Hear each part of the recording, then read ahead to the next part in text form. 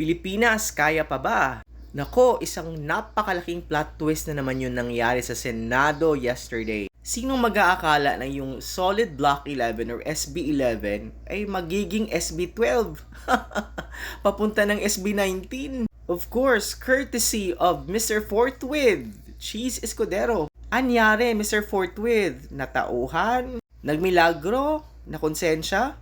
Well, it doesn't matter kasi may nangyari namang maganda sa kanyang pag-over the bakod. Dahil sa 3 araw na pag-boycott ng mga DDS China tours, halos walang nagawa ang Senado. Ang dami mga laws, confirmation, and resolutions ang hindi nagawa. They abandoned their obligation to the Filipino people. Ang kapal ng mga mukha, diba? Nag-absent ng 3 araw na parang walang nangyari. Pero tayong mga ordinaryong Pilipino, kahit malate lang ng ilang minuto o isang oras at mag-absent sa trabaho, nako, may accountability agad, for sure. Pero ito mga DDS China tours na to na sinisweldohan ng taong bayan ng 300,000 pesos a month, parang wala lang.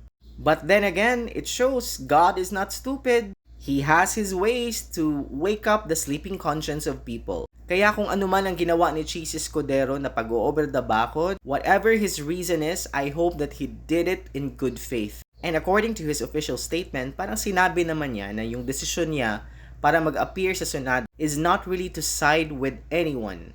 He did it for the good of the institution and to continue working for the Filipino people. Though may trust issues pa rin ako kay Mr. Forthwith, I'm giving him the benefit of the doubt. Let's see. Pero mga kababayan, let's not forget that Cheese Escudero is still allegedly involved in the ghost flood control projects by conniving with the former House Speaker Martin Romualdez Marcos. Kaya dapat walang bargaining agreement ang nangyari, hopefully.